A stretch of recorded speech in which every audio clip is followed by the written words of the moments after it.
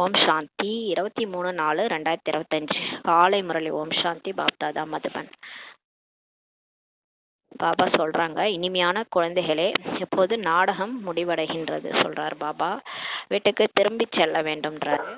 இப்போ நம்ம ட்ராமா முடியுது, வீட்டுக்கு போகணும். கலியுக கடைசிக்கு பிறகு சத்தியுகம் மறுபடியும் வரும்ன்றாரு. இப்போ கலியுகம் முடிய போது முடிஞ்சிட்டு சொர்க்கம் திரும்ப வரும். எப்படி இப்போ இரவு முடிஞ்சு பகல் வருது இல்லையா, அந்த மாதிரி இந்த கலியுகம் முடிஞ்சு சத்தியுகம் வரும்ன்றாரு. இந்த ரகசியத்தை அனைவருக்கும் இப்போ புரிய வைங்கன்றாரு. இது தெரியாம தானே இருக்கிறாங்க எல்லாரும், என்ன ஆகும் அப்படின்லாம் தெரியாம இருக்கிறாங்க, அவங்களுக்கு புரிய வைங்கன்றாரு. கேள்வி: ஆத்மா பாகத்தை நடித்து நடித்தே களைச்சு போனது, களைப்பிற்கான முக்கிய காரணம் என்னன்னு சொல்லி கேட்குறாரு. பதில்: அதிக பக்தி செய்து அநேக கோயில்கள் கட்டி பணம் செலவழித்து ஆயிற்று. நம்ம 63 ஜென்மம் என்ன பண்ணோம்னா இதான் பண்ணோம். 2500 வருஷமா இதை தான் பண்ணியிருக்கிறோம். என்ன பண்ணோம்னா துவாபர யுகத்துல அதிக பக்தி பண்ணோம், அநேக கோயில்கள் கட்டினோம், பணமும் செலவழிச்சிட்டோம். அடி வாங்கி வாங்கி சத பிரதான ஆத்மா தம பிரதானமாக இப்போ ஆகிடுச்சு. நம்ம செல்வ செழிப்பு அவ்வளோ கொடுத்துருந்தாருல பாபா, மாட மாளிகை தங்க மாளிகையில் வாழ்ந்தோம், அவ்வளோ செல்வ செழிப்பு புத்தியில் அவ்வளோ நிரப்பி அனுப்பிச்சார்ல, அதெல்லாம் எப்படி போச்சுன்னா இப்படி தான் போயிடுச்சுன்றாரு. அடி வாங்கி வாங்கி சத பிரதான ஆத்மாவாக ஆத்மா எப்படி இருந்துச்சோ அது தம பிரதானமாக ஆயிடுச்சுன்றார். தமோ பிரதானமாக ஆகிவிட்ட காரணத்தினால தான் துக்கம் அடைஞ்சிருக்குது இப்போ ஆத்மா. அதனால்தான் நடிச்சு களைச்சு போயிடுச்சுன்றார் பாபா. ஏதாவது ஒரு விஷயத்தால் ஒருவர் சலிப்படைந்து விடும்போது களைப்பாகி விடுகிறது இல்லையா. இப்போ ஒரே விஷயத்தையே பண்ணி பண்ணி நமக்கு என்ன ஆயிடும், சலிப்பாயிடும், அப்போ களைப்பாயிடும் இல்லையா. அந்த மாதிரி ஆத்மா இப்போ நடிச்சு களைப்பாயிடுச்சு. நடிக்கிறதே வேலையா போச்சு. ஒரு உடம்பா எடுத்து அதே தான் திரும்ப அதே தான் நடிக்கிறோம், அதனால களைப்பாயிடுச்சு. இப்போது பாபா வந்துள்ளார், அனைத்து களைப்பையும் போக்குவதற்காக வந்திருக்கிறார். நம்ம களைப்பெல்லாம் போக்கி நமக்கு ரெஃப்ரெஷ் பண்றதுக்காக பாபா வந்திருக்கிறாரு. ஓம் சாந்தி. ஆன்மீக தந்தை குழந்தைகளாகிய உங்களுக்கு இப்போ புரிய வைக்கிறார். அவருடைய பெயர் என்ன அப்படின்னா சிவா. அவர் பேர் என்ன? சிவன் தான் அவர் பேரு. இங்கே அமர்ந்திருக்கிறீர்கள் என்றால் குழந்தைகளுக்கு நல்லபடியாக இப்போ நினைவு இருக்கணும்ன்றாரு.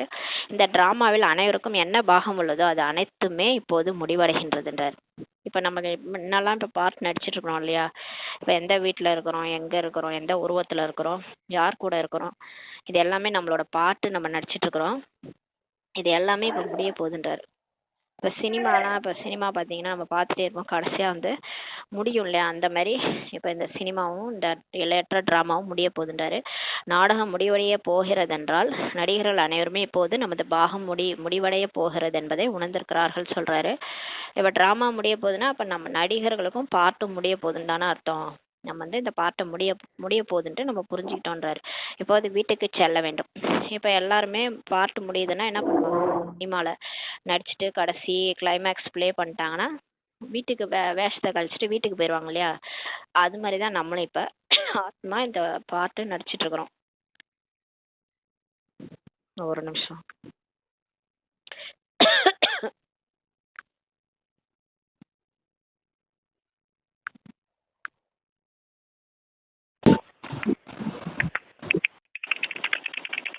பாபா சொல்றாங்க, இப்போ நம்ம வீட்டுக்கு செல்ல வேண்டும். குழந்தைகளாகிய உங்களுக்கும் பாபா இப்போது புரிய வச்சிருக்கிறார். இந்த புரிதல் வேற யாருக்குமே கிடையாதுன்றாரு. பாபா நமக்கு புரிய வச்சிட்டாரு. ஆனா இது வேற யாரும் உலகத்துல இருக்கிறவங்களுக்கு இது புரியாது. இது ஒரு டிராமா, நம்ம நடிச்சிட்டு இருக்கிறோம், நம்மளாம் ஆக்டர்ஸ், நம்ம இந்த பாகத்தை நடிச்சிட்டு இருக்கிறோம்.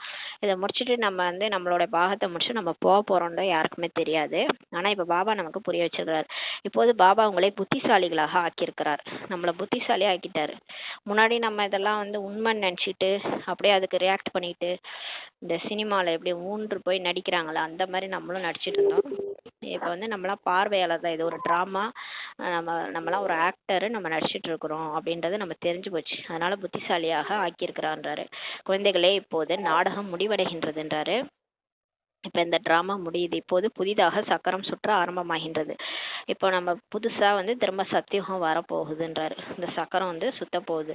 புது உலகத்தில் சத்தியுகம் இருந்தது, இப்போது பழைய உலகத்தில் இந்த கலியுகத்தின் கடைசி நேரம் நடக்குதுன்றாரு. இவ்விஷயங்களை நீங்கள் தான் அறிவீர்கள்.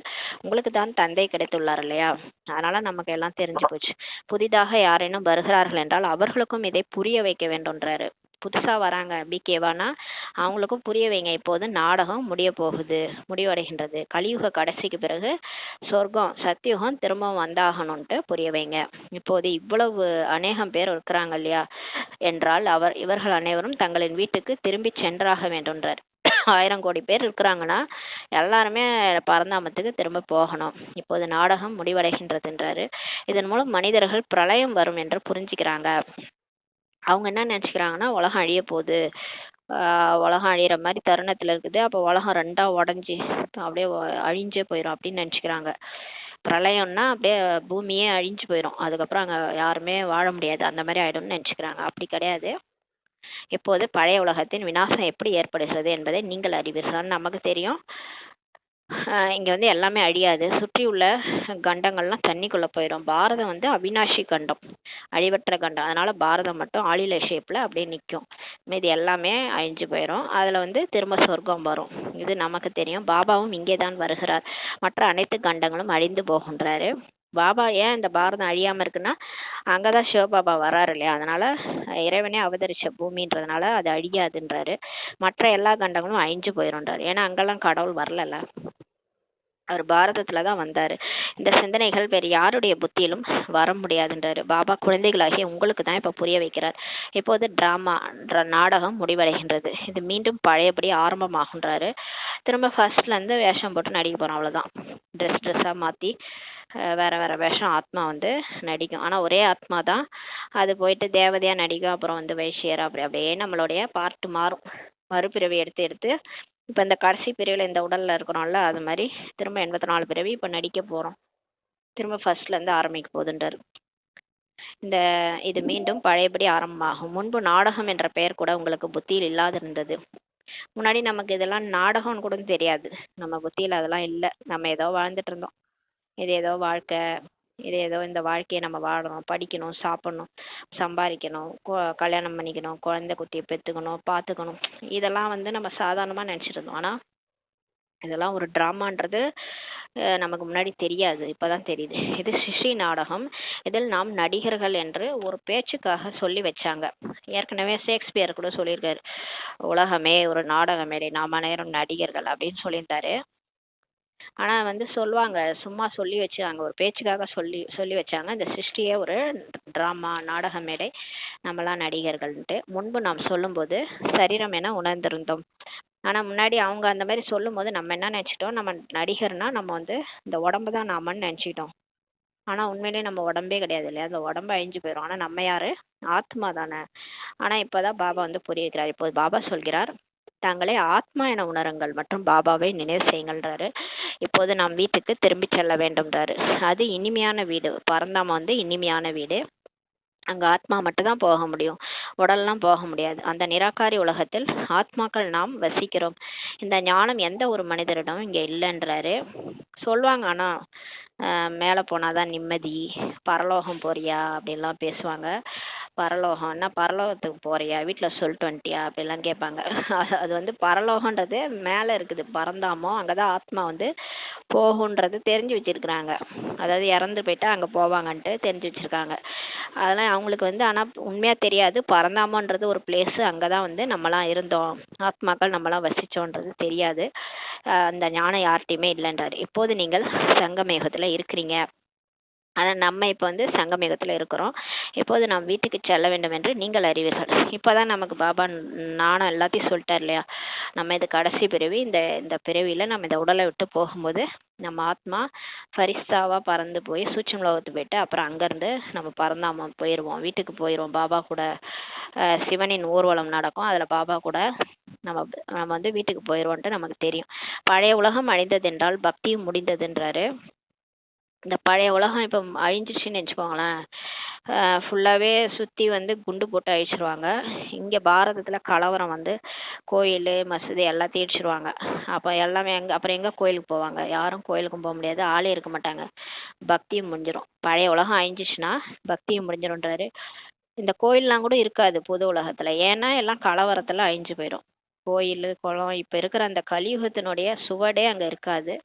சொர்க்கம் அப்படியே வேற மாதிரி இருக்கும். எல்லாம் தங்கம் சுரங்க நுரம்பிடம் தங்கத்தினால புதுசு புதுசாக எல்லாம் கட்டிடுவாங்க. இப்போ எப்படி சொர்க்கத்தினுடைய அடையாளமே இல்லையோ, சொர்க்கத்தில் கலியுகம்னு ஒன்று இருந்ததுனுடைய அடையாளமே அங்கே இருக்காது. ஏன்னா எல்லாமே அழிஞ்சிரும். இந்த மாதிரி போர் இந்த கலவரத்தினால எல்லாம் அழிஞ்சிரும். முதலில் யார் வருகிறார்கள், எப்படி இந்த தர்மங்கள் நம்பர்வார் வருகின்றன, விஷயங்கள் எந்த ஒரு சாஸ்திரமும் கிடையாதுன்றாரு. ஃபர்ஸ்ட் யார் வராங்க, நடிக்க வராங்க, அதுக்கப்புறம் எந்தெந்த தர்மம்லாம் வருது, இதெல்லாம் எந்த சாஸ்திரத்துலையும் கிடையாதுன்றார். நம்ம மகாபாரதம், ராமாயணம், பகவத்கீதையில எதுலையுமே இதெல்லாம் சொல்லலை. இந்த தந்தை புது விஷயங்களை இப்போ புரிய வைக்கிறார். இப்போ இந்த மாதிரி விஷயம் சொர்க்கம் இருந்துச்சு, அங்கே வந்து முத தேவதைகள், ஆதி சனாதன தேவி தேவதா தர்மம் ஒன்று இருந்துச்சு. அதுக்கப்புறம் 2500 வருஷம் கழிச்சு அப்புறம் திரேதாயுகத்தில் மற்ற தேவதைகள்லாம் வந்தாங்க, 33 கோடி தேவர்கள் வந்தாங்க. அதுக்கப்புறம் துவாபர யுகத்துலேருந்து தான் அந்த இஸ்லாம தர்மம், முஸ்லீம் தர்மம், கிறிஸ்துவ தர்மம், புத்த தர்மம்லாம் வந்துச்சு. இதெல்லாம் வந்து நமக்கு யார் சொன்னாங்க, பாபா சொல்லி தான் இதெல்லாம் தெரியுது. இதை வேறு யாராலும் புரிய வைக்க முடியாது. பாபாவும் ஒரே ஒரு தடவை தான் வந்து நமக்கு புரிய வைக்கிறார். சங்கம யுகத்துல ஞானக்கடலாகிய பாபா வருவதே ஒரு தடவை தான். சங்கம யுகத்துல தான் வராரு. யுகம் யுகம் வர வேண்டிய அவசியம் இல்லை. சத்தியோகம் முடிஞ்சு வரமாட்டாரு, திரேதாயுகம் முடிஞ்சு வர வேண்டிய அவசியம் இல்லை. ஏன்னா நம்ம கூப்பிடவே மாட்டோம். கூப்பிட்டா தானே வருவாரு, கூப்பிடவே இல்லைன்னா எப்படி வருவார்? ஞான கடலாகிய பாபா வர்றதே ஒரு தடவை தான்றாரு. அதுவும் புதிய உலகின் ஸ்தாபனை மற்றும் பழைய உலகின் விநாசம் செய்ய வேண்டிய சமயத்துல தான் வராரு. அவர் எதுக்கு வராரு, வந்து புது உலகத்தை தோட்டத்தை படைக்க தான் வராரு. அல்லாவின் தோட்டம்னு அதனால தான் சொல்றாங்க. அப்புறம் பழைய உலகத்தை விநாசம் செய்ய வேண்டிய சமயத்துல தான் வராரு. பாபாவின் நினைவோடு கூடவே இந்த சக்கரமும் இப்போ புத்தியில இருக்கணும். இப்போ பாபாவையும் நினைக்கணும். இந்த எப்படி இந்த பூமி அழிஞ்சு புது உலகமா மாறிச்சு, அப்புறம் நம்ம எப்படி நடிக்க வந்தோம், இதெல்லாம் புத்தியில ஓடணும். இது நான் என்னவா இருந்திருப்பேன், நான் சொர்க்கத்துல எப்படி நடிச்சிருப்பேன், இதெல்லாம் நீங்க உங்களுடைய சக்கரத்தை சுத்துங்கன்றாரு புத்தியில. சக்கர சக்கரவர்த்தி ராஜாவா அப்பதான் ஆக முடியும். உங்களுக்கு சத்தியுகத்துல இருந்து சுத்தணும், அப்பதான் நீங்க ஆரம்பத்துல இருந்தே வருவீங்க. உங்களுக்கு வரலன்னா அப்ப திரேதாயுகத்துல இருந்து வருவீங்க. இல்ல ரெண்டுமே வரலன்னா நீங்க துவாபரயுகத்துல இருந்து தான் வருவீங்க. சக்கரம் சுத்த முடியணும். சுத்தினாதான் நம்ம வந்து சக்கரவர்த்தி ராஜாவா ஆக முடியும். இப்போது நாடகம் முடிவடைகின்றதுன்றாரு. இப்ப டிராமா முடியுது, நாம் வீட்டிற்கு செல்கிறோம்ன்றாரு பாபா. இப்ப நம்ம வீட்டுக்கு போகிறோம். பாட்டு நடித்து நடித்தே களைத்து போனோன்றாரு. இப்ப நம்ம பாட்டுலாம் நடிச்சு நடிச்சு என்ன ஆயிட்டோம், களைச்சி போயிட்டோன்றாரு. ஏன் நம்ம இவ்வளோ ஆத்மா வந்து துக்கமா இருக்குன்னா, அது இந்த ஒரு பிறவி மட்டும் நம்ம நடிக்கல. நம்ம 63 ஜன்மம் இதே மாதிரி தான் நடிச்சு சண்டை போட்டு எல்லாரு கூடயும் சண்டை போட்டுக்கின்னு குழந்தை பெற்றுக்கிட்டு இதே வேலையை தான் பண்ணியிருக்கிறோம். நம்ம கல்யாணம் பண்ணோம், குழந்தை பெற்றோம், ஆண் உடல் பெண் உடல்னு மாற்றி மாற்றி நடிச்சிருப்போம். சண்டையெல்லாம் போட்டிருப்போம். இதே மாதிரி தான் நடிச்சிருப்போம் பாட்டு. அதனால தான் களைச்சி போச்சு ஆத்மாவுக்கு. வந்து 5 விகாரத்தில் போய் களைச்சி போயிடுச்சுன்றாரு. என்ன பண்றது, அது இதே மாதிரியே மரணம் எல்லாத்தையும் பார்த்து தானே வந்திருப்போம். போன பிறவிலும் இதே மாதிரி மரணம் எல்லாத்தையும் பார்த்து தான் வந்திருப்போம். அதனால தான் நமக்கு வந்து ஆத்மா ரொம்ப களைச்சி போச்சு. பணமும் கூட செலவழித்தோன்றார். பக்தி செய்து செய்தே நாம் சதோ பிரதானத்துலேருந்து தமோ பிரதானமாக ஆகிட்டோன்றாரு. பக்தி இது பண்ணி தான் இப்படி ஆயிட்டோன்றாரு. உலகமே பழையதாக இப்போ ஆகிவிட்டதுன்றாரு. நம்மளால தான் இப்போ உலகமும் பழசாயிடுச்சு. ஆத்மா நம்ம பழசாயிட்டோம், உலகமும் இப்போ பழசாயிடுச்சு. நாடகம் பழையது என சொல்வார்களா? நாடகமும் ஒருபோதும் பழையதாக ஆவதில்லைன்றாரு. சினிமா பழசுன்னு சொல்லுவாங்களே யாராவது, அது எப்பயுமே பழசாகாது. ரெக்கார்டு வந்து தேஞ்சு போகாது, எப்போ போட்டாலும் திரும்ப திரும்ப போடும் இல்லையா. நாடகமும் என்றும் புதியதாகவே தான் உள்ளது, இது நடந்து கொண்டே தான் இருக்கிறதுன்றாரு. இப்போ இந்த டிராமா பழசு கிடையாது, புதுசாக தான் தெரியும். இப்போ நமக்கு என்ன நடக்க போகுதுன்னு தெரியுமா? தெரியவே தெரியாது. புதுசாக நடிக்கிற மாதிரி தான் நடிச்சிட்டு இருக்கிறோம். ஏற்கனவே நடந்த அந்த சினிமாலாம் இப்போ நம்ம பார்க்குறோம், இதான் வரும், அடுத்து இவர் ஹீரோ வருவார், அப்புறம் வில்லன் வருவார், இந்த சீன் நடக்கும் அப்படின்னு நமக்கு தெரியும். அந்த 3 மணி நேரம் சினிமா பார்க்குறோன்னா. ஆனால் இந்த ட்ராமா, எல்லையற்ற ட்ராமாவில் பாபா வந்து எல்லாமே தெரிகிற மாதிரியா வச்சுக்கிறாரு. இப்போ அடுத்த சீன் என்னன்னே நமக்கு தெரியாது. எல்லாம் அன்எக்ஸ்பெக்டடாக இருக்கும். இன்னைக்கு நடந்தது நாளைக்கு நடக்காது, நாளைக்கு வேற மாதிரி நடக்கும். எல்லாமே வந்து புதுசாக நடிக்கிற மாதிரி தானே நடிக்கிறோம். ஏற்கனவே நமக்கு தெரிஞ்சா நடிக்கிறோம் இல்லை இல்லையா. அந்த மாதிரி பாபா ஆக்கி வச்சிருக்கிறார் இந்த நாடகத்தை. என்றும் புதிதாகவே இந்த ட்ராமா இருக்குதுன்றாரு. இது நடந்து கொண்டே தான் இருக்குது, இது கல்பமா நடக்குதுன்றாரு. நிறைய தடவை ரிப்பீட் ஆகுதுன்றாரு. ஆனா நீங்க புதுசா நடிக்கிற மாதிரி தான் நடிப்பீங்க, ஆனா எதுவுமே புதுசு இல்லைன்றாரு பாபா. மற்றபடி உலகம் பழையதாக தான் ஆகிறதுன்றாரு. நடிகர்கள் நாம் தம பிரதான துக்கம் நேர்ந்தவர்களாக ஆகிவிடுகிறோம். ஆனா நம்ம தான் வந்து நாடகத்துல, நாடகம் பழசாகல, நம்ம தான் பழசாகி போயிடும் நாடகத்துலன்றாரு. நடிகர்கள் நாம தான் புதுசா இருந்தோம், இப்ப தம பிரதானமா துக்கம் நிறைந்தவளாக ஆகிடுறோம், களைச்சு போகிறோன்றாரு. சத்தியுகத்திலலாம் களைச்சு போகாதுல்ல, அங்க ஆத்மா ஃபுல் பேட்டரியில இருக்கும், அங்க களைச்சு போகாது, ஜாலியா நடிக்கும். இப்பயே ஒண்ணும் இல்ல, நம்ம உடம்பு நல்லா இருக்குது, இப்பதான் பிறந்திருக்கிறோம், குழந்தையாகி ஒரு 12 வயசு 18 வயசு வரைக்கும்னா நல்லா இருப்போம் இல்லையா, நல்லா ட்ரெஸ் போடுவோம், ஜாலியா சுத்துவோம், எங்க போனாலும் உடல் ஒத்துழைக்கும், ஆத்மால பேட்டரி இருக்குது, துக்கம் இல்லைன்னா ஜாலியா சுத்துவோம் இல்லையா, ஜாலியா நடிப்போம் இங்கேயே கலியுகத்திலே. அப்ப சத்தியுகத்துல எப்படி இருக்கும் யோசிச்சு பாருங்க, சுத்தி துக்கமே இருக்காது, 150 வயசு வரைக்குமே ஆத்மா பேட்டரி வந்து சார்ஜ் ஆயிருக்கும், ஆத்மா பேட்டரி ஃபுல்லா இருக்கும்போது ஜாலியா தானே இருக்குமோ, அங்க கழிச்சே போகாதுன்றாரு. எந்த விஷயத்திலும் களைத்து போவதற்கான அல்லது சலிப்படைவதற்கான தேவையே அங்க இல்லைன்றாரு. துக்கம் இருந்தா தானே சலிப்பு வரும், அங்க துக்கமே கிடையாது. இங்கு அநேக விதமான துன்பங்கள் காணப்படுகின்றன. இங்க பாருங்க, ஒரு நாளைக்கு நல்லா இருந்தா இன்னொரு நாளைக்கு துக்கம், துன்பங்கள், நோய் வருது, நிம்மதியா எங்கேயா இருக்க முடியுதா, ஏதாவது ஒரு பிரச்சனை, இல்லைன்னா நமக்கே ஏதாவது சண்டை போட்டுன்னு பிரச்சனையாக்கிட்டு உட்காந்துருப்போம்.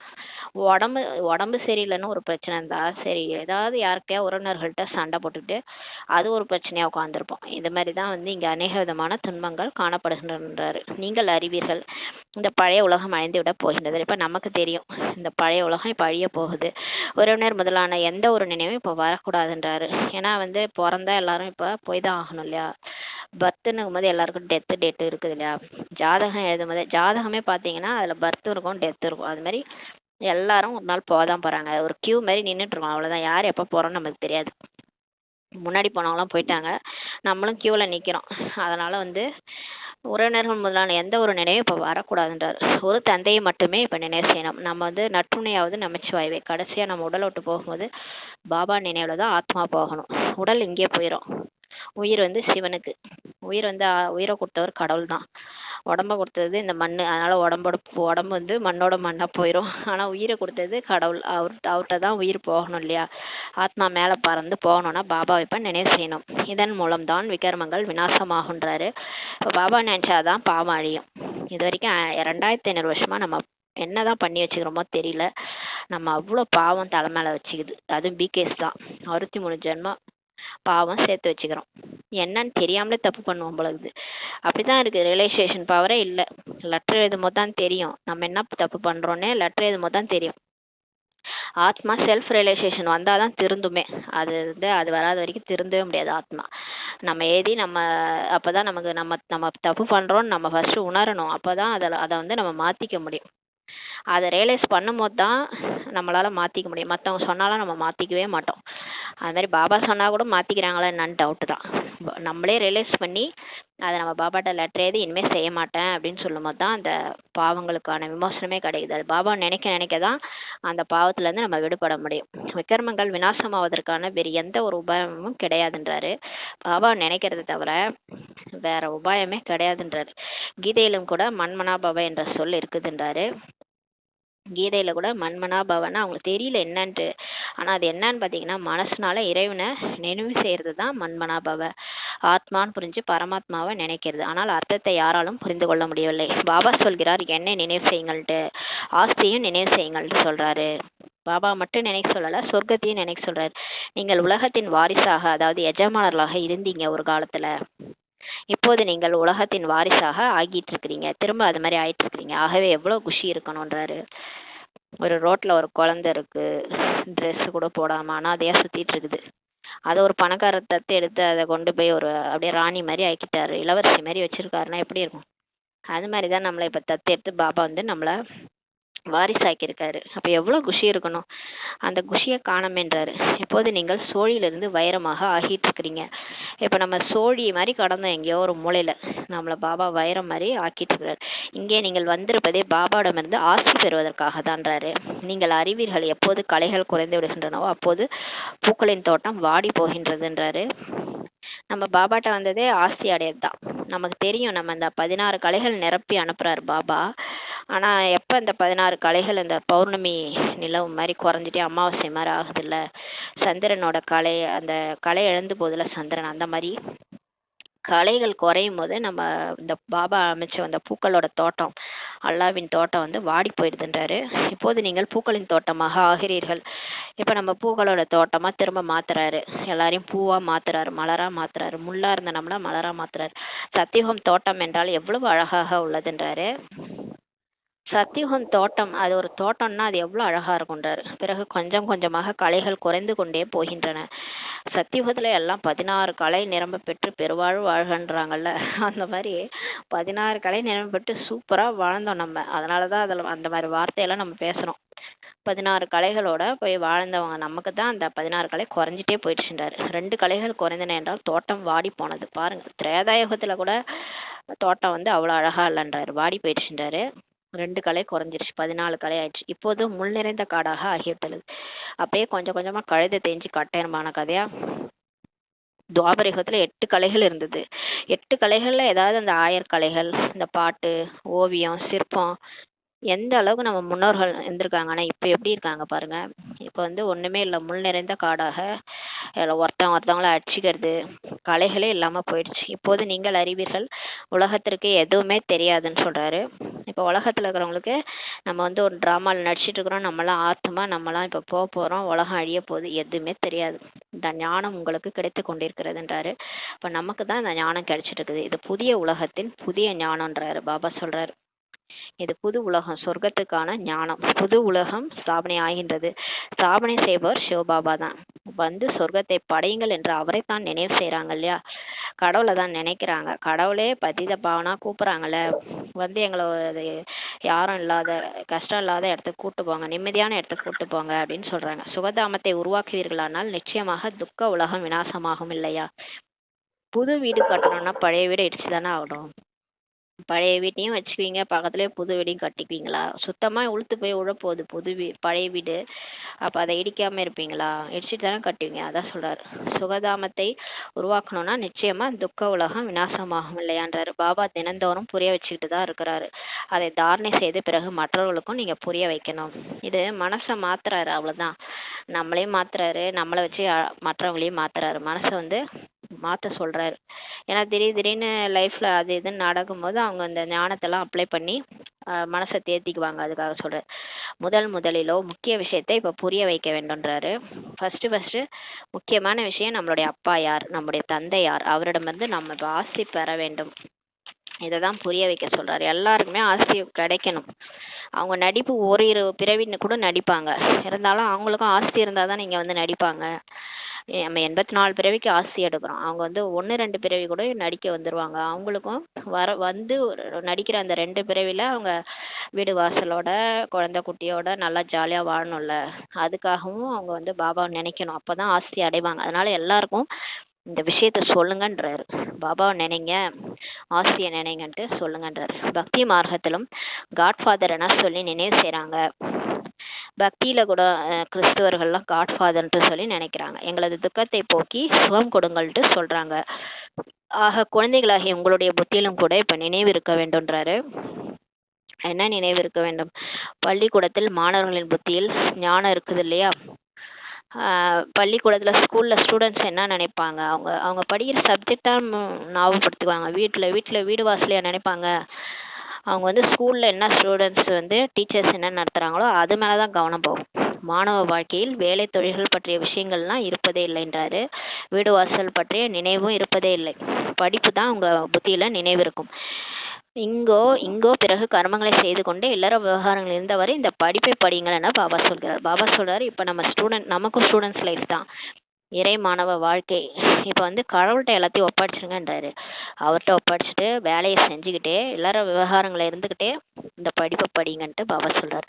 அவ்வாறின்றே சன்னியாசிகளைப் போல வீடு வாசலை விட்டு விடுங்கள் என பாபா சொல்வதில்லை. உடனே நான் வந்து பாபா நினைக்கணும், சொர்க்க ஆஸ்தி அடையணும், இந்த வீட்டுல இருக்கிறவங்களாம் எனக்கு தொல்லையா இருக்குது, அதனால இதெல்லாம் விட்டுட்டு நான் மதுபனோட போயிடுறேன், அந்த மாதிரிலாம் நம்ம போக தேவையில்ல. சன்னியாசிகள் மாதிரி வீடு வாசல விட்டு விட தேவையில்ல அப்படின்னு சொல்றாரு. இது ராஜ யோகமாகுன்றாரு. இது வீட்டிலே இருந்தே செய்யற யோகம். இது இல்லற மார்க்கம்ன்றாரு. உங்களுடைய இது அடயோகம் என சன்னியாசிகளுக்கு கூட நீங்க சொல்ல முடியும். சன்னியாசிகள்கிட்ட சொல்லுங்க, நீங்க உங்களது ராஜயோகம் கிடையாது, உங்களது அடயோகம் சொல்லுங்க. நீங்கள் சன்னியாசிகள், நீங்க வந்து வீடு வாசலை விட்டுறீங்க, நாங்க அந்த மாதிரி விட மாட்டோம்.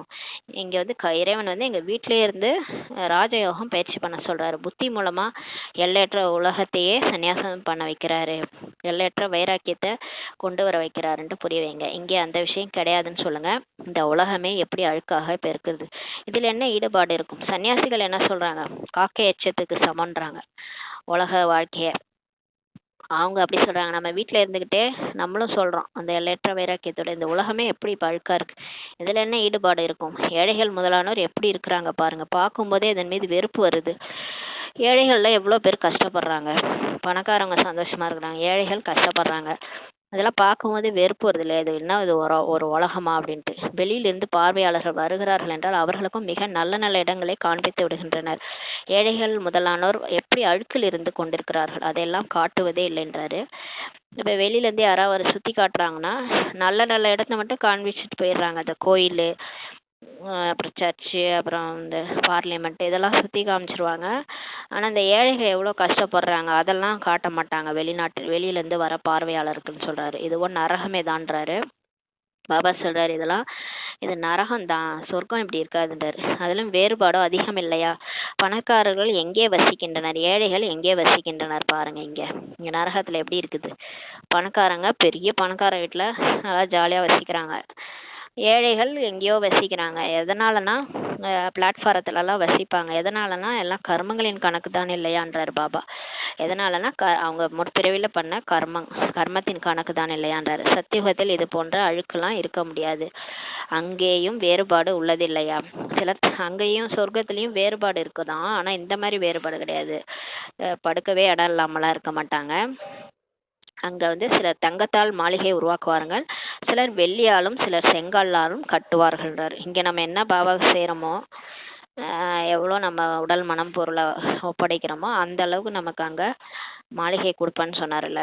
அங்க சிலர் தங்கத்தால மாளிகை உருவாக்குவாங்க, சிலர் வெள்ளியால் உருவாக்குவாங்க, சிலர் செங்கல்லால கட்டுவாங்கன்றார். இங்கோ எத்தனை கண்டங்கள் உள்ளன சொல்றாரு. அங்கெல்லாம் ஒரே கண்டம் பாரத கண்டம் மட்டும்தான். இங்க பாருங்க எவ்வளவு கண்டங்கள் இருக்கு. ஒரு ஐரோப்பிய கண்டமே எவ்வளவு பெருசா இருக்கு. அங்க சத்தியுகத்துல நாம் மட்டும்தான் இருப்போன்றாரு. சத்தியுகத்துல 9 லட்சம் பேர் தான் ஆரம்பத்துல இருப்போம். இவ்வளவு கோடி மக்கள்லாம் இருக்க மாட்டாங்கல்ல. எதுவும் கூட புத்தியில் இருக்குமானால் எவ்வளவு மகிழ்ச்சி நிறைந்த மனநிலை இருக்கும்ன்றாரு. இதெல்லாம் புத்தியில ஓடணும். நான் போய் சொர்க்கத்துக்கு போறேங்க, நாங்க மட்டும் தான் இருப்போம், எங்களுடைய தேவதைகள் கூட்டம் மட்டும் தான் இருப்போம், எவ்வளவு ஜாலியா இருக்கும். இதெல்லாம் யோசிச்சாலே மனநிலை எப்படி இருக்கும்ன்றாரு. மாணவர்களின் புத்தியில் படிப்பு தான் நினைவு இருக்கும் இல்லையா? அந்த மாதிரி இங்கேயும் தந்தை மற்றும் ஆஸ்தி தான் நினைவு இருக்கணும். இதுவோ புரிய வைக்கப்பட்டுள்ளது. இன்னும் கொஞ்சம் சமயமே உள்ளது. இதோ வந்துட்டோம், அவ்வளவுதான், இன்னும் கொஞ்சம் டைம் தான் இருக்குன்றாரு. அவர்களும் லட்சக்கணக்கான ஆயிரக்கணக்கான வருஷங்கள்ட்டு சொல்லிட்டாங்க. சத்தியுகம் லட்சக்கணக்கான ஆண்டுகள், கலியுகம் 40,000 ஆண்டுகள் அப்படிலாம் எழுதிட்டாங்க சாஸ்திரத்துல. அவங்க தெரியாம எழுதிட்டாங்க சாஸ்திரவாதிகள். ஆனா இங்கோ விஷயமே 5000 வருடங்கள் உள்ளதுதான்ட்டு யார் சொல்றது? சத்தியமானவர் சிவன் சொல்றாரு. அவர் சொல்றதானே உண்மையா இருக்கும். மனிதர்கள் சொல்றதெல்லாம் பொய். 5000 வருஷம்தான்றாரு. ஏன்னா பைபிள்ல கூட இருக்குது, கிறிஸ்து வர்றதுக்கு 3000 வருஷத்துக்கு முன்னாடி பூலோகத்துல சொர்க்கம் இருந்துச்சுன்னு. அவர் 2000 வருஷம் முடிய போகுது. அப்ப கூட்டி கழிச்சு பார்த்தா கரெக்டா இருக்கும். 5000 வருஷம் இப்ப சொர்க்கம் திரும்ப வரப்போகுது. கிறிஸ்து 2000 வருஷம் எப்ப முடியுதோ அப்ப கரெக்டா சொர்க்கம் பூமியில இருக்கும். குழந்தைகள், நீங்கள் புரிந்து கொள்ள முடியுன்றாரு. இப்போது நமது ராஜதானியின் ஸ்தாபனை ஆகி கொண்டிருக்குது. நம்மளால புரிஞ்சுக்க முடியும். இப்ப நம்ம பாபா எதுக்காக இவ்வளவு டைம் கொடுத்துருக்காருன்னா, இந்த பிரம்மாவின் 100 ஆண்டுகள் படைப்பு காரியம் நடக்குது. ராஜதானி இப்ப ஸ்தாபனை ஆகிட்டு இருக்குது. மற்றபடி முழு உலகமும் இப்ப அழிஞ்சு போகணும்ன்றாரு. இது படிப்பு இல்லையா? புத்தியில் இது நினைவு இருக்கணும். நாம் மாணவர்கள், நம்மளாம் ஸ்டூடெண்ட்ஸ். நமக்கு பகவானே படிப்பு சொல்லி கொடுக்குறாரு. நம்ம ஆசிரியர் யார் தெரியுமா? சுயம் கடவுளே, சிவனே பாடம் எடுக்கிறார். அப்போதும் எவ்வளவு கெஷி இருக்கும், இது ஏன் மறந்து போகிறதுன்னு கேக்குறாரு. கடவுளே பாடம் எடுக்கிறாருன்னா பறக்கணும்ல, காலு கீழே இருக்கக்கூடாது. எனக்கு கடவுளே பாடம் எடுத்துட்டு இருக்கிறாரு அப்படின்னா எவ்வளவு குஷி இருக்கணும். இது ஏன் மறந்து போகுதுன்னு கேக்குறாரு. மாயா மிகவும் சக்தி வாய்ந்தது, அது மறக்கடித்து விடுகின்றது. ஆனா மாயாவும் லேஸ்பட்டது கிடையாது. அவங்களுக்கு ரூபம் எடுத்து வருது. பலசாலிக்கு பலசாலியா அடிக்குது, வச்சு விளாசுது. அதுல எங்க பாபா நினைக்கிறது? எல்லாம் பறந்து போயிடுறாங்க, மறந்து போயிடுறாங்க, மறக்கடித்து விடுகின்றதுன்றாரு. பள்ளிக்கூடத்தில் மாணவர்கள் அனைவரும் படித்து கொண்டுள்ளனர், அனைவரும் அறிந்துள்ளனர். ஸ்கூல்ல கூட மாணவர்கள் படிக்கிறாங்கல்ல, அவங்களுக்கு படிச்சுக்கிட்டு இருக்கிறாங்க. அவங்க ஸ்கூல்ல டீச்சர்ஸ் அவங்களுக்கு தெரியும் இல்லையா? அனைவரும் அறிந்துள்ளனர், நமக்கு பகவான் கற்றுத் தருகிறார். இப்ப எல்லாருக்கும் தெரியும், கடவுள் தான் நமக்கு சொல்லி கொடுக்குறாரு. அங்கோ அநேக விதமான கல்வி கற்றுத்தரப்படுது. ஸ்கூல்ல பிசிக்ஸ், சயின்ஸ், கெமிஸ்ட்ரி அப்படின்னு நிறைய கல்வி சொல்லிக் கொடுக்குறாங்க, நிறைய சப்ஜெக்ட். அங்கே ஒரு ஒரு சப்ஜெக்ட்டுக்கும் ஒரு ஒரு ஆசிரியர், அநேக ஆசிரியர்கள் உள்ளனர். இங்கோ சங்கமேகத்தில் நமக்கு ஒரே ஒரு ஆசிரியர் தான், அது ஒரு இறைவன் மட்டும்தான். இறைவன் தான் நமக்கு ஆசிரியர். ஒரே படிப்பு தான், ஒரே படிப்பு தான் எல்லாரும் படிக்கிறோம். ஆனால் ஒரே ஆசிரியர் தான். மற்றபடி உதவியாளர்களான ஆசிரியர்களோ அவசியம் வேண்டும். ஆனால் அவர் வந்து அவரே எடுக்க மாட்டார்ல, அவர் பிரம்மா உடல்ல வந்து எடுத்துட்டு போயிடுவாரு. அதை நமக்கு சொல்லிட்டாரு. நம்ம வந்து ஆசிரியர்கள் மாதிரி சில உதவியாளர்கள் பாபாவுக்கு இருக்கிறாங்க. அவங்கள தான் டீச்சர் ஆக்கி அவங்கள வச்சு தான் எடுக்க வைக்கிறாரு. அவங்களையும் மாத்துறாரு, மற்றவங்களையும் அந்த அந்த காரியத்தை உதவியாளராக ஆக்கி இவங்களையும் மாற்றி எல்லாரையும் மாத்துறாரு. இப்படிதான் மாத்திட்டு இருக்கிறாரு. அவசியம் வேண்டும் இல்லையா ஆசிரியர்கள்ன்றாரு. பள்ளிக்கூடம் ஒன்று தான், ஆனால் மற்றபடி ஸ்கூல் ஒன்று தான், மற்றபடி கிளைகள் அநேகம் இருக்கின்றனன்றாரு. உலகம் ஃபுல்லாக இந்த பிரம்மகுமாரி சென்டர் இருக்குது, நிறைய இருக்கு. ஆனால் இந்த ஸ்கூல் ஒண்ணுதான்றாரு. ஒரே பாடம் தான், கற்பிப்பவர் ஒரு தந்தை தான், ஒரே டீச்சர் தான். எல்லா இடத்துலையும் சிவபாபா தான் கிளாஸ் எடுக்கிறாரு. அப்படிதான் நம்ம நினச்சிக்கணும். யாரோ எடுக்கிறாங்கன்ட்டு கேட்கக்கூடாது. அந்த முரளி எடுக்கிறது சிவபாபா தான் இவங்க மூலமா சொல்றாருன்ட்டு கேட்கணும். தந்தை வந்து அனைவருக்கும் சுகம் தருகிறார். கடவுளே தான் வந்து எல்லாருக்கும் சுகம் கொடுக்கிறார். நீங்கள் அறிவீர்கள், அரைக்கல்பத்திற்கு நாம் சுகமாக இருப்போம். ஆக இந்த குஷியும் நமக்கு இருக்கணும். நமக்கு தெரியும் இப்பதான் நம்ம துக்கம் அடைஞ்சோம் இல்லையா, துக்கம்லாம் முடிஞ்சு போச்சு. இப்ப துக்கம் வந்து சுகமா மாறப்போகுது. நம்ம அரை கல்பதற்கு நம்ம சுகமே சுகமா இருக்கும். ஆக இந்த குஷியும் இப்ப இருக்கணும் இல்லையா. ரொம்ப துக்கம் பார்த்தாச்சு, இப்ப ரொம்ப சுகம் நம்ம பார்க்க போறோன்றாரு. சிவபாபா நமக்கு கற்று தருகிறார். சிவபாபா சொர்க்கத்தின் படைப்பை இப்ப படைக்கின்றார். நாம் சொர்க்கத்தின் எஜமானராக ஆவதற்காக படிக்கிறோம். எவ்வளவு குஷி உள்ளுக்குள் இருக்கணும். சொர்க்கத்தை வந்து கடவுளே வந்து படைக்கிறாரு. அந்த சொர்க்கத்துக்கு எஜமானரா ஆவதுக்கு நான் படிச்சுட்டு இருக்கிறேன். அப்ப எவ்வளவு குஷி உள்ளுக்குள்ள இருக்கணும். ஒரு டாக்டர் ஆக போறேன், டாக்டர் ஆக போறேன்னா அந்த பையனுக்கே அவ்வளவு குஷி இருக்கும். அந்த பையனோ பொண்ணுக்கோ டாக்டர் ஆக போறேன்னா ஸ்டெத்தஸ்கோப் வச்சுக்கிட்டு நான் டாக்டர் ஆயிட்டேன் அப்படின்னு அந்த எவ்வளவு ஒரு குஷி இருக்கும். அது மாதிரிதான் இங்க நான் தேவதையா ஆயிட்டேன் அப்படின்ட்டு அவ்வளவு குஷி உள்ளுக்குள்ள இருக்கணும். கடவுளே எனக்கு பாடம் எடுத்து தேவதையா ஆக்கிட்டு இருக்காரு. கண்டிப்பா இந்த உடலை விட்டு போனா சொர்க்கத்துல ஏதோ ஒரு பதவி அடைய போறோம். அப்ப எவ்வளவு குஷி இருக்கணும். அது ஏன் இருக்க மாட்டுது. அந்த மாணவர்களும் கூட சாப்பிட்டு கொண்டும் அறிந்து கொண்டும் வீட்டின் அனைத்து காரியங்களும் செய்யறாங்க. ஸ்கூல் ஸ்டூடெண்ட்ஸ் கூட சாப்பிட்டுக்கிட்டு அறிந்து கொண்டு இருந்தாலும் வீட்டுல உள்ள வேலையை அம்மாக்கு அப்பாக்கெல்லாம் ஹெல்ப் பண்ணுவாங்க. ஆம், யாராவது ஹாஸ்டலில் உள்ளனர் என்றால் படிப்பின் மீது அதிக கவனம் இருக்கும். சேவை செய்வதற்காக பெண் குழந்தைகள் வெளியில் கூட தங்குறாங்க. பாபா இப்ப சொல்றாரு, சிலர் ஹாஸ்டல்ல கூட தங்குறாங்கன்னா அவங்க படிப்புல அதிகமா கவனம் வச்சு படிப்பாங்க, ஸ்கூல் ஸ்டூடெண்ட்ஸ். அது மாதிரி இங்கேயும் சேவை செய்யறதுக்காக பெண் குழந்தைகள் வெளியில தங்கி சேவை செய்யறாங்க. பாபா சேவையா அப்படிதான் நினைக்கிறேன். பாபா சேவையை செய்யறாங்க. எப்படி மனிதர்கள் எல்லாம் அங்க வராங்க இல்லையா, வெளியில ஹாஸ்டல்ல தங்குறாங்க போல இருக்கு. அப்ப எப்படி மனுஷங்களாம் வராங்க, அவங்களெல்லாம் வந்து சமாளிக்க வேண்டியதா இருக்குது. இங்கோ நீங்கள் எவ்வளவு பாதுகாப்பாக இருக்கிறீங்க. ஆனா இங்க பிகே சென்டர்லயோ இல்ல மதுபன்லயோ நம்ம பாபா கிட்ட எவ்வளவு பாதுகாப்பாக இருக்கிறீங்கன்னு சொல்லி கேக்குறாரு. இங்க யாரும் உள்ளே பிரவேசிக்க முடியாது. இங்க கெட்டவங்களாம் உள்ளே வர முடியாது பிகே சென்டருக்குள்ளார. இங்க யாருடைய சங்கமும் கிடையாது. பதிதர்களுடன் பேச வேண்டிய தேவையே இங்க கிடையாது. தூய்மையற்றவர்களோட இங்க வேலையே நமக்கு கிடையாது. ஏன்னா இங்க உள்ளே அவங்க யாரும் வரமாட்டாங்க. அது மாயாவுடைய உலகம், இது நம்ம பாபாவுடைய உலகம். நீங்கள் யாருடைய முகத்தையும் பார்க்க வேண்டிய தேவையும் கிடையாதுன்றாரு. நம்ம போய் யாருடைய, அதாவது எங்க சென்ட்ரல்ல வசிக்கிறவங்க மதுபன்ல வசிக்கிறவங்கள சொல்றாரு. நீங்க யாருடைய முகத்தையும் பார்க்க வேண்டிய தேவையும் கிடையாது. மதுபன் தான் முக்கியமா. அங்க வந்து பிகேஸ் தான் முக்கியமா, போறவங்களும் பிகேஸ் தான் போக போறாங்க. பிறகும் கூட வெளியில் வசிப்பவர்கள் வேகமாக சென்று விடுகின்றனர். பாபா சொல்றாரு, இங்க இருந்து நல்லா முயற்சி பண்ணலாம், ஆனா உங்களோட வெளியில இருக்கிறவங்க தான் அதிகமா முயற்சி பண்றாங்க, வேகமாக சென்று விடுகின்றனன்றாரு. எப்படிப்பட்ட அதிசயம் பாருங்கன்றாரு. இங்க இருக்கிறவங்களோட அங்க வெளியில இருக்கிறவங்க நல்லா முயற்சி செய்யறாங்கன்றாரு. வெளியில் தங்கி இருப்பவர்கள் எத்தனை பேருக்கு படிக்க வச்சு தங்களுக்கு சமமாக ஆக்கி அழைத்து வராங்களாம் மதுபனுக்கு. வெளியில தங்கி இருக்கிறவங்க தான் சேவை பண்ணி தனக்கு சமமா எல்லாரையும் ஆக்கி கூட்டிட்டு வராங்க மதுபனுக்கு. பாபா சமாச்சாரத்தை கேட்கிறார். எப்படி நோயாளிகளை அழைத்து வந்திருக்கிறீர்கள்ன்ட்டு. யாராவது மிகவும் மோசமான நோயாளிகள் என்றால் அவர்களுக்கு 7 நாள் பட்டியல் வைக்கப்படுகிறார்கள்ட்டு சொல்றாங்க. பாபா கேட்குறாரு, எப்படி இவங்களெல்லாம் கூட்டு வந்தீங்கன்னா. இவங்களுக்கு 7 நாள் கோர்ஸ் எடுத்து நாங்கள் கூட்டு வந்தோம்னு சொல்கிறாங்க. இங்கே எந்த ஒரு சூத்திரரையும் அழைத்து வரக்கூடாதுன்ட்டு பாபா சொல்கிறாரு.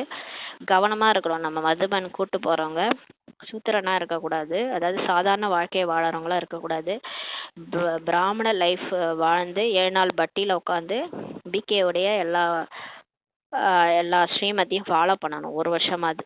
அப்போ தான் வந்து மதுபனுக்கு நம்ம கூட்டு போகணும். இல்லைன்னா அவங்க பண்ணுற தவறுக்கு நம்மளும் போயிட்டு அனுபவிக்க வேண்டியதாக இருக்கும் தர்மராஜ்புரியில். அதனால தான் பாபா சொல்கிறாரு, இந்த மதுபன் பிராமணர்களாகிய உங்களுடைய கிராமம் போன்றதுன்றாரு. இங்கே இது மதுபன் வந்து நம்மளுடைய கிராமம் மாதிரின்றார். இங்கே தந்தை குழந்தைகளாகிய உங்களுக்கு அமர்ந்து இப்போ புரிய வைக்கிறார். உலகத்திற்கு எஜமானராக நம்மளை ஆக்குகிறார். யாராவது சூத்திரர்களை அழைத்து வருவார்களானால் வைப்ரேஷனை கெடுத்துடுவாங்க. அங்கே யோகா பண்ணுறாரு இல்லையா, வைப்ரேஷனாக பரப்புறாரு. அப்புறம் உலகத்துக்கு எஜமானராக நம்மளை ஆக்கிறதுக்கு அங்கே முயற்சி நடக்குது. இப்போ யாராவது வெளி உலகத்தினர் வந்தாங்கன்னா அங்கே இருக்கிற வைப்ரேஷனை கெடுத்துருவாங்கன்றாரு. குழந்தைகளாகி உங்களுடைய நடத்தையும் மிகவும் ராயலாக இருக்க வேண்டும்ன்றாரு. நம்மளோட நடத்தையும் ராயலாக இருக்கணுன்றாரு. இன்னும் போக போக உங்களுக்கு அதிக சாட்சாத்காரம் ஆகி கொண்டே இருக்கும். நேற்று கூட சொன்னார்ல, போக போக எல்லாமே தெரிஞ்சிடும்னாரு. ராஜ்யம் எப்படி ஸ்தாபனை ஆகுதுன்னு கூட உங்களுக்கு தெரியுன்றாரு. இன்னும் போக போக உங்களுக்கு அதிக சாட்சாத்காரம் ஆகி கொண்டே இருக்கும். அங்கே என்னென்ன இருக்கும், எங்கன்னா சொர்க்கத்தில் சொர்க்கத்தோட காட்சிலாம் நமக்கு கிடைக்குன்றாரு. அங்கே என்னென்ன இருக்கும்ன்ட்டு உங்களுக்கு தெரியும். மிருகங்களும் கூட எவ்வளவு நல்ல நல்லதாக அங்கே இருக்கும். அங்கே இருக்கிற அந்த சிங்கம், புலி, ஆடு எல்லாமே எப்படி இருக்குன்னா சாதுவாக இருக்கும், சதப்பிரதானமாக இருக்கும். இங்கே இருக்கிற மாதிரிலாம் ஆக்ரோஷமாக இருக்காது, நல்ல நல்லதாக இருக்கும். அனைத்தும் நல்ல பொருட்களாக தான் அங்கே இருக்கும். சேரு எதாக இருந்தாலும் சதோப்பிரதானமாக இருக்கும். எல்லா பொருளுமே சதோப்பிரதானமாக இருக்கும். சத்தியுகத்தின் எந்த ஒரு பொருளும் இங்கே இருக்கவே முடியாதுன்றாரு. நீங்கள் அங்கே பார்த்த பொருளை இங்கே எடுத்துகிட்டே வர முடியாது. இங்கே கலியுகத்தில் இருக்கிற மாதிரிலாம் அங்கே இருக்காதுன்றாரு. இங்கே அங்கே இருக்கிற பொருள் இங்கே இருக்கவே முடியாதுன்றாரு. உங்களுடைய புத்தியில் உள்ளது, ஆனால் உங்கள் புத்தியில் இருக்குதுன்றாரு. ஏன்னா நம்ம தான் அந்த பார்ட் நடித்தோம் இல்லையா, நடிச்சிருந்தோம்னா நம்ம புத்தியில் அது ஸ்டோர் ஆயிருக்கும். நாம் சொர்க்கத்திற்காக பரீட்சை பாஸ் செய்து கொண்டிருக்கிறோம். இப்போ நம்ம சொர்க்கத்துக்கு போகிறதுக்காக பரீட்சை டெஸ்ட் பேப்பரில் பாஸ் ஆகிட்டு இருக்கிறோம். எவ்வளோ படிக்கிறோமோ அவ்வளோ பிறகு மற்றவர்களுக்கும் கற்றுக் கொடுப்போம். இப்போ இந்த ஞானம் தான் நமக்கு படிப்பே சொர்க்கத்துக்கு போகிறதுக்கு. இதை படித்து இதை வாழ்க்கையில் தாரணை பண்ணணும். எந்த அளவுக்கு நம்ம படிக்கிறோமோ, படித்தவங்க படிக்கிற பிள்ளை எங்கே இருந்தாலும் படிக்கும் இல்லையா, அந்த மாதிரி நம்ம எப்படி இருந்தாலும் படிக்கணும். படித்து மற்றவங்களுக்கும் கற்றுக் கொடுக்கணுன்றாரு. ஆசிரியராகி மற்றவர்களுக்கு வழி சொல்கிறாங்க. அனைவரும் ஆசிரியர்கள் தான், அனைவருக்கும் கற்றுக் கொடுக்கணுன்றாரு. இப்போ எல்லாருமே பிகேஎஸ் ஆசிரியர்கள்ன்றாரு.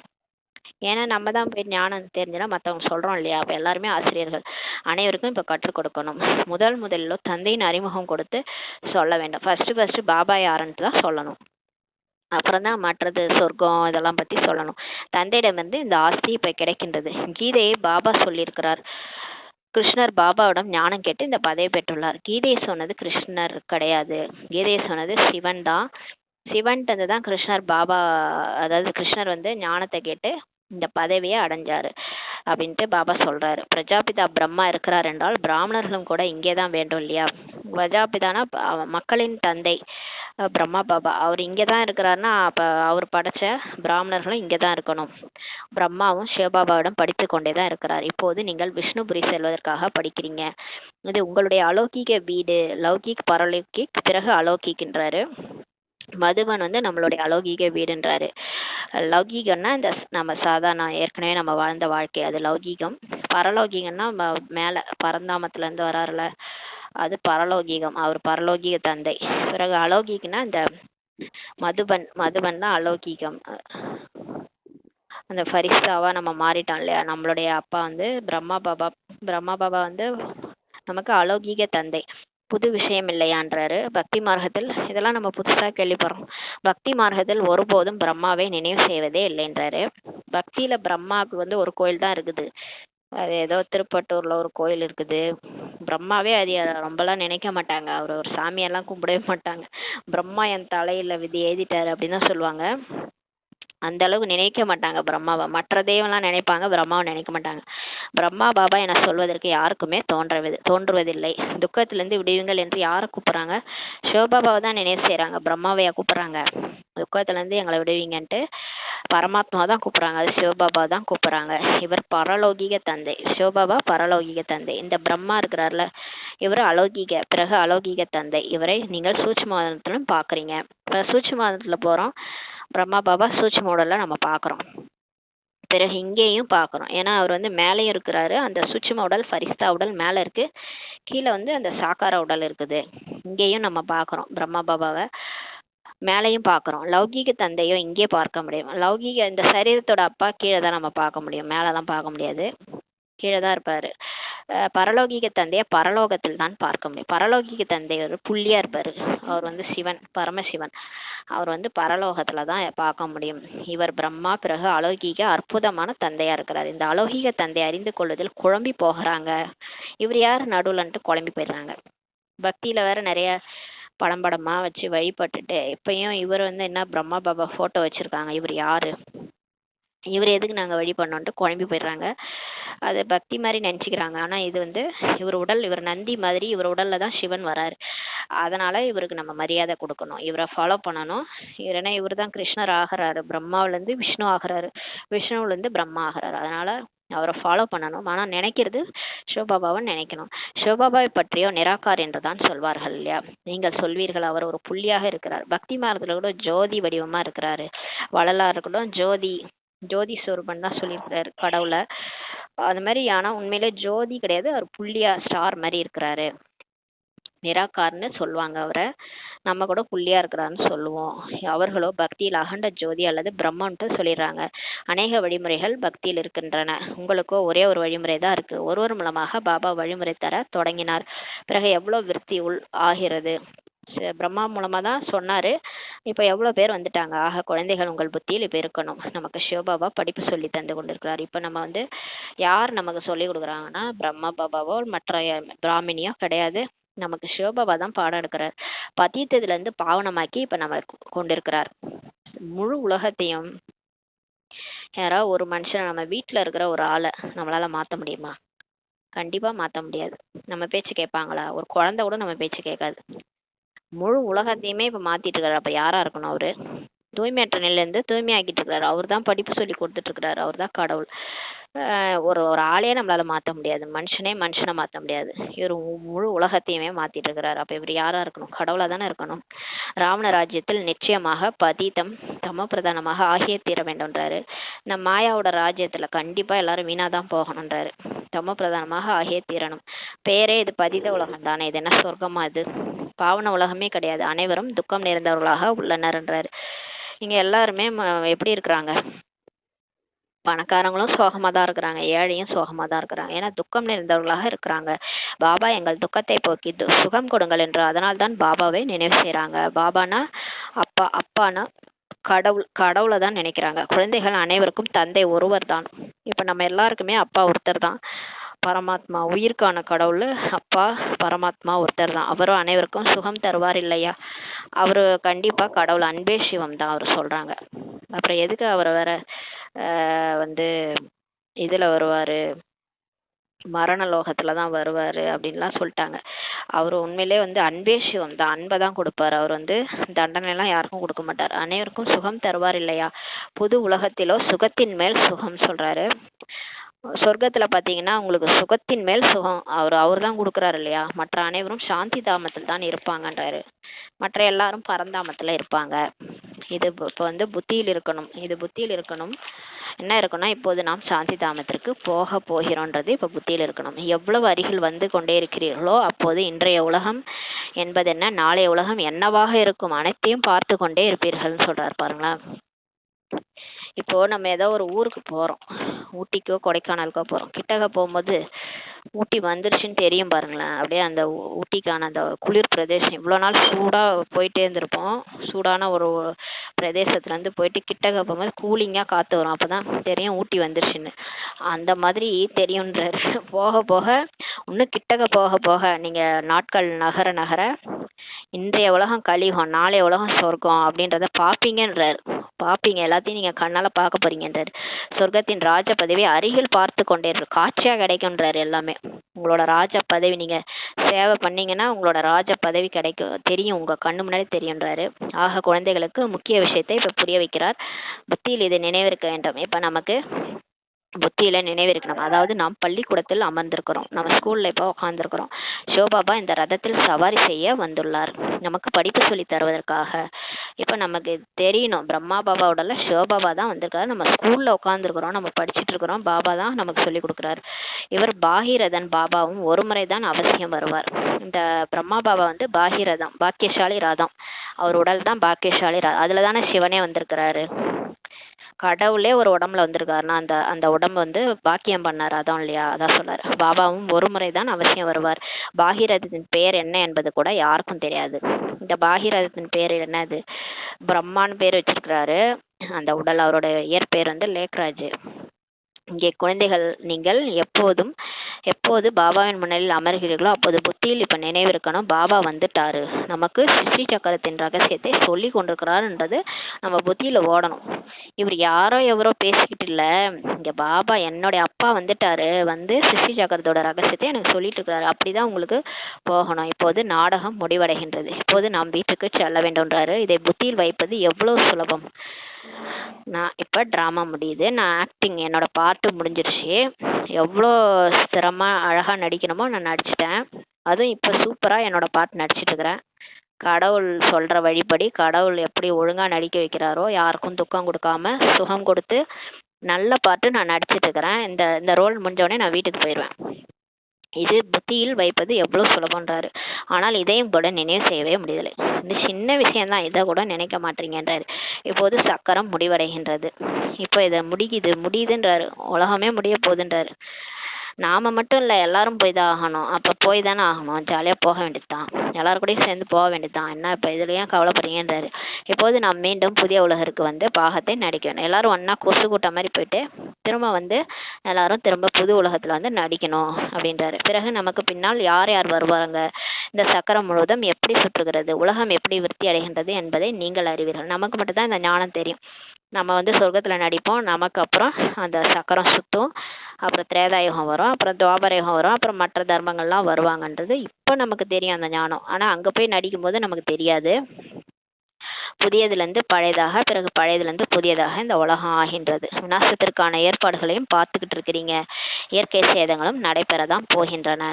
இப்போயே நடைபெற்று தான் இருக்குது. அந்த காலத்துலேருந்தே சொல்லித்தானே இருக்கிறாரு. இப்போ நடந்துட்டு தான் இருக்குது இல்லையா? இவ்வளோ வெடிகுண்டுகளை தயாரித்து வைத்துள்ளனர் என்றால் பயன்படுத்துவதற்கு தான் இல்லையா? ஏதாவது ஒரு பொருள் உருவாக்குறாங்கன்னா அதை யூஸ் பண்ணுறதுக்கு தானே உருவாக்குவாங்க. அந்த மாதிரி தான் இந்த ஆட்டம் பாம்பு. வெடிகுண்டுகளால் தான் இவ்வளவு அழிவிற்கான வேலையும் நடைபெறுன்றாரு. அப்புறம் எப்படி முழு உலகமும் அழியும்? எவ்வளோ பெரிய உலகம், இதை எப்படி அழிக்க முடியும்? அதான் வந்து உலக்கே வந்துச்சுன்ட்டு எழுதியிருக்கிறாங்களே சாஸ்திரங்கள்ல. வயிற்றுலேருந்து உலக்கம் வந்தது, யாதவ குலமே அழிஞ்சதுன்ட்டு எழுதியிருக்கிறாங்க. அது இப்போ உலக்கைன்றது வெடிகுண்டு தான், ஆட்டம் பாம்பு. அதனால தான் அழிவிற்கான வேலை நடைபெறும்ன்றாரு. அதனால் மனிதர்கள் சண்டையிடுவதற்கு தேவையில்லாமல் போயிடும். அப்போ சண்டையெல்லாம் போட்டுக்க மாட்டாங்க, இந்த குண்டு போட்டு அழிச்சிருவாங்கன்றாரு. சேனைகளை பிறகு பயன்படுத்தாமல் விடுவித்து கொண்டே செல்வார்கள். அவ்வளோதான், ஆட்டம் பாம்பு போட்டால் முடிஞ்சு போயிடும். அப்புறம் வந்து சேனைகள்லாம் பயன்படுத்த மாட்டாங்க, வெடிகுண்டுகளை மட்டுமே வீசிக்கொண்டே செல்வார்கள்ன்றாரு. அப்புறம் இங்கேருந்து அந்த நாட்டுக்கு நம்ம போய் என்ன பண்ண போகிறோம்? அப்படியே வெடிகுண்டை மட்டும் வீச வேண்டியதுதான்ட்டு வீசிக்கிட்டே இருப்பாங்க. பிறகு இவ்வளவு மனிதர்களும் வேலையை விட்டு சென்று விடுவார்கள்ன்றாரு. இதெல்லாம் நடக்க போகுது சொல்கிறாரு. அப்புறம் இவ்வளோ பேரும் வேலையை விட்டு போயிடுவாங்க. இப்போது பட்டினியால் செத்து போவார்கள் இல்லையா? அப்போ வேலையே இல்லைன்னா எல்லாரும் பட்டினியால் செத்து போயிடுவாங்க. இவை அனைத்தும் நடக்க போகின்றனன்றாரு. இதெல்லாம் யாருக்கு நடக்கும்னா வெளி உலகத்தினருக்கு எல்லாமே நடக்கும், பட்டினியால் சாவது இதெல்லாம். பிறகு சிப்பாய் முதலானவர்கள் என்ன செய்வார்கள்? நிலநடுக்கங்கள் நடந்து கொண்டே இருக்கும், வெடிகுண்டுகள் விழுந்து கொண்டே இருக்கும், ஒருவர் மற்றவரை கொன்று கொண்டே இருப்பார்கள், ரத்த ஆறு ஓடும், நாடகமோ நடக்க போகிறது இல்லையான்றார். இதெல்லாம் முன்னாடியே நமக்கு எச்சரிக்கை கொடுக்குறாரு. ஆக இங்கே எப்போது வந்து அமர்கிறீர்களோ இந்த விஷயங்களை பற்றி சிந்தனை செய்ய வேண்டும். இப்போ சென்டருக்கு போகிறோம், யோகா பண்ணுறோன்னா இதெல்லாம் பாபா சொல்கிற ஞானத்தெல்லாம் சிந்தனை பண்ணோம். இதெல்லாம் நடக்க போகுது, நான் வீடு திரும்பணும்ன்ட்டு புத்திக்கு சொல்லிகிட்டே இருங்க. மனசு புத்தி, ஆத்மாவில் தான் மனசு புத்தி இருக்குது. மனசு தான் கேட்க மாட்டுது. இதெல்லாம் நடக்க போகுதுன்னு சொன்னால் அந்த மனசு நம்ப மாட்டுது. அதனால தான் மனசுக்கு சொல்லி புரிய வைக்கிறாரு. அதனால தான் அப்போ தான் இந்த உலகத்தை விட்டு போகணும், புது உலகத்துக்கு போகணுன்றத நம்ம ஆத்மா வந்து புரிஞ்சுக்கிட்டு போவோம். அதனால தான் நமக்கு சொல்லி புரிய வைக்கிறார். சாந்தி தாமம் சுகதாமத்தை இப்போ நினைவு செய்து கொண்டே இருங்கள். நீங்கள் நினைக்கணும்னா இதெல்லாம் நினைக்காதீங்க, நீங்கள் பறந்தாமல் சொர்க்கத்தை மட்டும் நினச்சிட்டே இருங்க. மனதை கேளுங்கள், நமக்கு என்ன நினைவிருக்கிறது. இப்போ உங்கள் மனசை கேளுங்க, காலையிலேருந்து சாயங்காலம் வரைக்கும் நான் என்ன நினச்சிட்டு இருந்தேன். பாபாவின் நினைவு இல்லை என்றால் நிச்சயமாக புத்தி எங்கோ அலைகின்றது. இப்போ பாபாவே நினைக்கல, அப்போ நம்ம எதை நினச்சிட்டு இருந்தோம், எதில் என் புத்தி போச்சுன்ட்டு செக் பண்ணுங்கன்றாரு. விகர்மங்களும் விநாசமாகாது. பாபாவை நினைக்கணும்னா பாவம் அழியாது. பாவம் அழிஞ்சாதான் இங்கேருந்து தப்பிக்க முடியும். இல்லைன்னா இவ்வளோ விநாச காட்சிகளையும் பார்க்கணும். அது வந்து நமக்கு வந்து ஒழுங்காக ஆத்மா வந்து சதோ பிரதானமாக இருந்தால் பாபா வந்து டைரக்ஷன் கொடுத்துன்னே இருப்பார். இங்கே போ, அங்கே போ, இங்கே இருக்காத, அங்கே போயிரு மதுபன் போயிரு அப்படின்னு சொல்லுவார். இல்லைன்னா எதுவுமே டச் ஆகலைன்னா என்ன பண்ணுவோம், நம்ம எங்கே இருக்கிறோமோ அங்கே தான் உட்காந்துருப்போம். அதனால தான் சொல்கிறாரு, பாவம் அழியணும், ஆத்மா வந்து தூய்மை ஆகணும், அப்போ தான் அந்த டைமுக்கு என்ன பண்ணணுன்றது நமக்கு டச் ஆகும். பதவியும் குறைந்து போகின்றாரு. பாவம் அழியலைன்னா பதவி குறைஞ்சிரும், சொர்க்கத்தில் போய் நல்ல பதவியும் கிடைக்காது. நல்லது, பாபாவின் நினைவு நிற்கவில்லை என்றால் சக்கரத்தை பற்றி சிந்தனை செய்தாலும் கூட குஷி அதிகரிக்கின்றாரு. சரி, பாபாவை நினைக்க முடியல, சரி ஓகே, பாபாவை நினைக்க முடியல, மறந்து போயிருங்க, சரி சக்கரத்தையாவது நினைக்கலாம்ல அப்படின்றாரு. சக்கரம்னா நான் வந்து பரந்தாமத்தில் இருந்தேன், அதுக்கப்புறம் சொர்க்கத்தில் நடித்தேன், அப்புறம் வந்து துவாபரயுகத்தில் அப்படியே கடந்து வந்து சூத்திரன் ஆகிட்டு இப்போ வந்து நான் பிராமணன் ஆகிட்டேன், அப்புறம் ஃபரிஸ்தாவாகி பறந்து பாபாகிட்ட போயிடுவேன், பறந்தாமல் போயிடுவேன், இதையாவது நினைக்கலாம்ல. இதை நினைச்சா கூட குஷி அதிகரிக்கின்றார். ஆனால் ஸ்ரீமத் படி நடப்பதே இல்லைன்றாரு. பாப்தாதாவின் மனதில் இடம் பிடிக்கவே முடியாது. ஸ்ரீமத் படி நடக்கலன்னா பாபா மனசுல உட்கார முடியாது. சேவை செய்யவில்லை என்றால் அநேகருக்கு தொந்தரவு கொடுத்து கொண்டே இருக்கிறாங்கன்றாரு. சிலரோ அநேகரை தங்களை போல ஆக்கி பாபாவிடம் அழைத்து வராங்கன்றாரு. சில குழந்தைகள் நல்ல குழந்தைகள், அவங்க வந்து அநேகரை நிறைய பேரை அவங்கள மாதிரி ஆக்கி பாபாட்ட கூப்பிட்டு வராங்க. ஆக பாபா இதை பார்த்து குஷி அடைகின்றார். நல்லது, இனிமேல் இனிமையான தேடி கண்டெடுக்கப்பட்ட செல்ல குழந்தைகளுக்கு தாயும் தந்தையுமாகிய பாப் தாதாவின் அன்பு நினைவு மற்றும் காலை வணக்கம். ஆன்மீக குழந்தைகளுக்கு ஆன்மீக தாய் தந்தையின் நமஸ்தே. நம் ஆன்மீக குழந்தைகள் ஆன்மீக தாய் தந்தைக்கு நமஸ்தே. தாரணைக்கான முக்கிய சாரம். ஃபர்ஸ்ட் பாயிண்ட், சதா மகிழ்ச்சியாக இருப்பதற்காக புத்தியில் படிப்பு மற்றும் படிப்பை சொல்லித்தரும் பாபாவின் நினைவு இப்போ இருக்கணும். உண்ணும் போதும் அருந்தும் போதும் காரியங்கள் அனைத்தையும் செய்து கொண்டும் படிப்பின் மீது முழு கவனம் செலுத்தணுன்றாரு. சாப்பிட்டாலும் சரி, குடித்தாலும் சரி, என்ன காரியம் பண்ணாலும் படிப்பை விட்டுறக்கூடாது, படிப்பின் மீது முழு கவனம் செலுத்தணும். 2வது பாயிண்ட், பாப்தாதாவின் மனதில் இடம் பிடிப்பதற்கு ஸ்ரீமத் படி அநேகரை தங்களை போல் ஆக்குகிற சேவை இப்போ செய்யணும். பாருங்க, நம்ம மாறினா மட்டும் போதாது, நிறைய பேரை மாற்றி அவங்களையும் கூட்டுட்டு போனோமா, அப்போதான் அவர் மனசுல உட்கார முடியுமா. பாபா சொல்றாரு, ஸ்ரீமத் படி நடந்து நம்மளையும் மாற்றிக்கிட்டு மற்றவங்களையும் மாற்றி அவர்கிட்ட கூட்டுட்டு போனோமா, அப்போதான் அவர் மனசில் உட்கார முடியுமா சொல்கிறாரு. யாரையும் துன்பமடைய செய்யக்கூடாதுன்றாரு, யாருக்கும் துக்கம் கொடுக்கக்கூடாதுன்றாரு. துக்கம் வேற கொடுத்தா அவர் மனசில் உட்கார முடியாதுன்ட்டாரு. அதனால் எல்லாருக்கும் சுகம் கொடுக்கணும். வரதானம், அசரீரி நிலையின் இன்ஜெக்ஷன் மூலம் மனதை கட்டுப்படுத்தக்கூடிய ஒருமுகத்தன்மை உள்ளவர் ஆகுக. இப்போ வந்து இன்ஜெக்ஷன் போடுறாங்க, இன்ஜெக்ஷன் போட்டு டாக்டர்கிட்ட போனால் இன்ஜெக்ஷன் போட்டு ரொம்ப கோவப்படுறவங்களெல்லாம் அப்படியே அமைதிப்படுத்திடுறாங்க. அந்த மாதிரி இங்கே வந்து நம்ம வந்து அசரீரி நிலையின் இன்ஜெக்ஷன் போட்டு நம்ம மனசை கட்டுப்படுத்த சொல்கிறாரு. கட்டுப்படுத்தக்கூடிய ஒருமுகத்தன்மை உள்ளவர் ஆகுகின்ற வரதானம் கொடுக்குறாரு. தற்காலத்தில் எப்படி ஏதாவது கட்டுப்பாட்டில் வருவதில்லை என்றால் மிகவும் தொந்தரவுக்குள்ளாகி விடுகிறார்கள், ஆவேசப்படுகிறார்கள் அல்லது பைத்தியமாயிடுறாங்க. எனவே அவர்களுக்கு அத்தகைய ஒரு இன்ஜெக்ஷன் போடுறாங்க ஹாஸ்பிட்டலில், அதனால் அவர்கள் அமைதியாகிடுறாங்க. அதுபோல சங்கல்ப சக்தி உங்கள் கட்டுப்பாட்டில் வருவதில்லை என்றால் அசரீரி நிலையின் இன்ஜெக்ஷனை போட்டுக்கொள்ளுங்கள்ன்றாரு. இப்போ சிலர் வந்து பைத்தியமெல்லாம் ஆயிடுறாங்க, ஏன்னா அவங்க இஷ்டப்படி எதுவும் நடக்கலை, ஆனால் கோவப்பட்டு பைத்தியமாயிடுறாங்களாம். அந்த மாதிரி ஆட்களை ஹாஸ்பிட்டலில் கூப்பிட்டு போய் ஒரு இன்ஜெக்ஷன் போட்டால் அமைதியாயிடுறாங்களாம். அந்த மாதிரி இப்போ நம்ம வந்து இஷ்டத்துக்கும் இந்த எண்ணம் ஓட்டுது இல்லை, கட்டுப்பாட்டிலே இருக்க மாட்டுது, இஷ்டத்துக்கும் ஓடுது. அதனால் நீங்கள் அந்த மாதிரிலாம் எண்ணம் ஓடுற டைமில் டக்குன்னு பறந்தாமல் போயிடுங்க. ஒரு அசரீரி நிலை, நான் இந்த உடம்பே இல்லை, நான் ஆத்மா அப்படின்ட்டு அந்த சரீர உணர்வுலேருந்து வெளியே வந்துடுங்க. அந்த இன்ஜெக்ஷன் போட்டுக்கோங்க, அப்போ வந்து அந்த சங்கல்பம் ஸ்டாப் ஆகிடும்ன்றார். பிறகு சங்கல்ப சக்தி வீணாகி போகாது, இந்த தேவையில்லாத எண்ண ஓட்டம் வந்து ஓடாது, சுலபமாக ஒருமுகத்தன்மை அமைந்து விடும்ன்றாரு. அப்போ ஈஸியாக ஒருமுகப்படுத்தும் சக்தி வந்துடும். ஆனால் புத்தியின் லகானை பாபாவிடம் கொடுத்து விட்டு பிறகு திரும்ப எடுத்துக்கொள்கிறீர்கள் என்றால் மனம் வீண் முயற்சியில் போட்டு விடுகிறது. சப்போஸ் இப்போ பாபாட்ட அன்பில் மூழ்கிட்டு திரும்ப புத்தி கீழே இறங்கி ஓடியாந்துருது அப்படின்னா அந்த மனசு என்ன பண்ணுது, திரும்ப வந்து வீண் முயற்சியில போட்டுடுது. இப்போது வீண் முயற்சியிலேருந்து விடுபடுங்கள். வீணா முயற்சி செய்ய வேண்டியதா இருக்குது. அதாவது அன்புல முழுகாம கஷ்டப்பட்டு பாபாவை நினைக்க வேண்டியதா இருக்குது. ஏன்னா புத்தி கீழே ஓடியாந்துருது, கஷ்டப்பட்டு நினைக்க வேண்டியதா இருக்கு. அப்ப இப்போ வந்து அந்த வீணா செய்யற முயற்சியிலேருந்து இப்ப விடுபடுங்கன்றாரு. ஸ்லோகன், தனது மூதாதையர் பூர்வஜ சுரூபத்தை நினைவில் வைத்து அனைத்து ஆத்மாக்கள் மீது இப்ப இறக்கம் கொள்ளுங்கன்றார். பாபா சொல்றாரு, நீங்க தான் மூதாதையர்ன்றாரு. நீங்க தான் மூதாதையர், நீங்க தான் உலகத்துல ஃபர்ஸ்ட் நடிக்க வந்தவங்க, பாபாக்கு பக்கத்துல இருக்கிறவங்க.